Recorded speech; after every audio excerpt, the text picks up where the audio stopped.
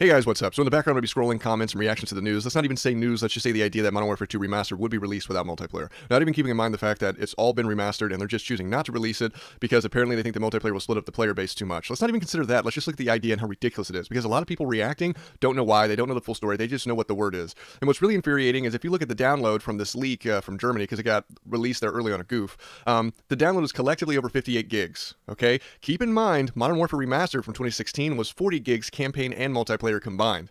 Meaning that this download is probably the campaign, multiplayer, and Spec Ops all in one, but there's a limiter in the code so that you can only access the campaign, which just pisses me off to think about. This is either laziness, or they're doing this so they can possibly just flip the switch and drop access to the multiplayer and Spec Ops later on, or just in a few days. As many of you probably know, I ran a poll, and my poll basically was asking if you had to choose between one or the other being remastered and sold, what would you choose? People overwhelmingly chose multiplayer. They would rather just have the multiplayer than just have the campaign. And this by no means is saying the campaign is bad or that people think it's bad. It's because if you had to choose what holds the most memories for you, what's the most fun, what would you get the biggest bang out of your buck out of, it would be the multiplayer. And I know they're bringing Modern Warfare 2 and Modern Warfare 3 multiplayer maps to Modern Warfare 2019, but to quote a homie who's scrolling in the background, Modern Warfare 2 is more than just maps. If you think otherwise, or think you can fool the community into thinking anything otherwise, you are sorely mistaken. You are a joke. Now people are cracking jokes. People are very disappointed. They are starting petitions. It's crazy. Obviously, this is the mindset over money, not a mindset over fans. And when it's this blatantly obvious, you better expect backlash. And your excuses will not pass. The really bogus excuse that's being dropped is, do you really want the player base split up? And the reason that's bogus is because it's not the fans' fault the player base is split up between things we didn't ask for. Not saying everything is bad, but if it came down to putting out things fans didn't ask for versus things fans did ask for, you shouldn't release the things we didn't ask for and then say, well, since we gave you this, we can no longer give you what you've actually been asking for. That's a dick move. So don't try to put this shit on the fans, first of all.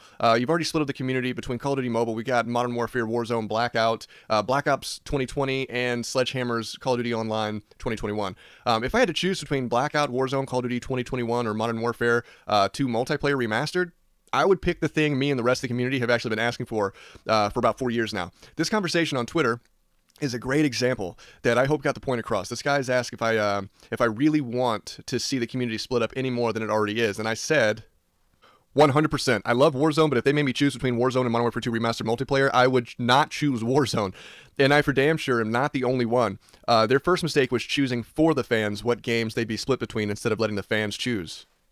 And then Shieldmaster pretty much backs up my comment by saying yes, because it's something we've been asking for years. Again, Warzone is awesome, but it's not something fans were begging and pleading for. Most of the people I saw in early 2019 playing around with the idea of a Battle Royale coming to Modern Warfare 2019 were negative comments or neutral. It was either, I really don't want another Battle Royale coming in the next Call of Duty, or it could be neat, but I really don't care. Again, for all those people going to twist my stuff later, I'm not saying Warzone is bad. I personally like it, but if you had put it to a vote a few months back, would fans rather have a Battle Royale in the next Call of Duty, or would they rather have Modern Warfare 2 Multiplayer Remastered? Something we weren't really asking for versus something we've been begging for years. I'm going to go with the thing that we've been begging for years, Modern Warfare 2 Remastered as a whole, multiplayer and campaign. And I would get way more enjoyment out of Modern Warfare 2 multiplayer than I would in Warzone. So if they're really going to use the excuse that they don't want to split the community even more than it already is, or, you know, like we would have to choose, well, I choose Modern Warfare 2's multiplayer. And if you don't think Modern Warfare 2's multiplayer will be that big of a deal, or not many people would play it, keep in mind Modern Warfare 3 still holds the record for the highest pre-orders because of the impact Modern Warfare 2's multiplayer had prior to it. Modern Warfare 2's reputation, its feel, its personality, it created a Call of Duty culture that was so huge, no other game on the planet could touch Modern Warfare 3 when it came to its early sales, based on the expectations set by people who played Modern Warfare 2. The reason I'm using pre-order sales as an example is because obviously the people buying the pre-orders haven't played the game yet, so pre-order sales aren't necessarily a sign of how good a game is. It's how big the hype is and what made that hype. And yes, Modern Warfare 3 was good as well, but y'all know what I mean, okay? It sold off of the shoulders, the reputation of Modern Warfare 2. I know they don't want to get in the way of Black Ops 2020, because they know Modern Warfare 2 multiplayer would be huge, and they know that some people don't get to buy that many games a year. They'd probably buy Modern Warfare 2 Remastered for the multiplayer and then be like, yep, that's my game purchase of the year. I'm not going to buy another one in a few months. Or, I'm having so much fun gaming on Modern Warfare 2 Remastered, I'm probably not going to buy Black Ops Reboot. And I get that's why some are worried, I guess, but I guarantee you, if you make Modern Warfare 2 Remastered affordable, if you make it between $20 or $40, multiplayer included, people will gladly buy it, and I know people will still be super hyped to see your Black Ops Reboot, and you can easily take their money as well. But teasing fans who have been waiting for years with the campaign and then trying to convince us DLC maps in a completely different game is good enough is a kick in the teeth. And I hope this dude right here, I hope he's right, considering the fact that it's supposed to be advertised on the 30th of March, which was today, and released between now and the 1st of April. I hope this is all a big April Fool's joke.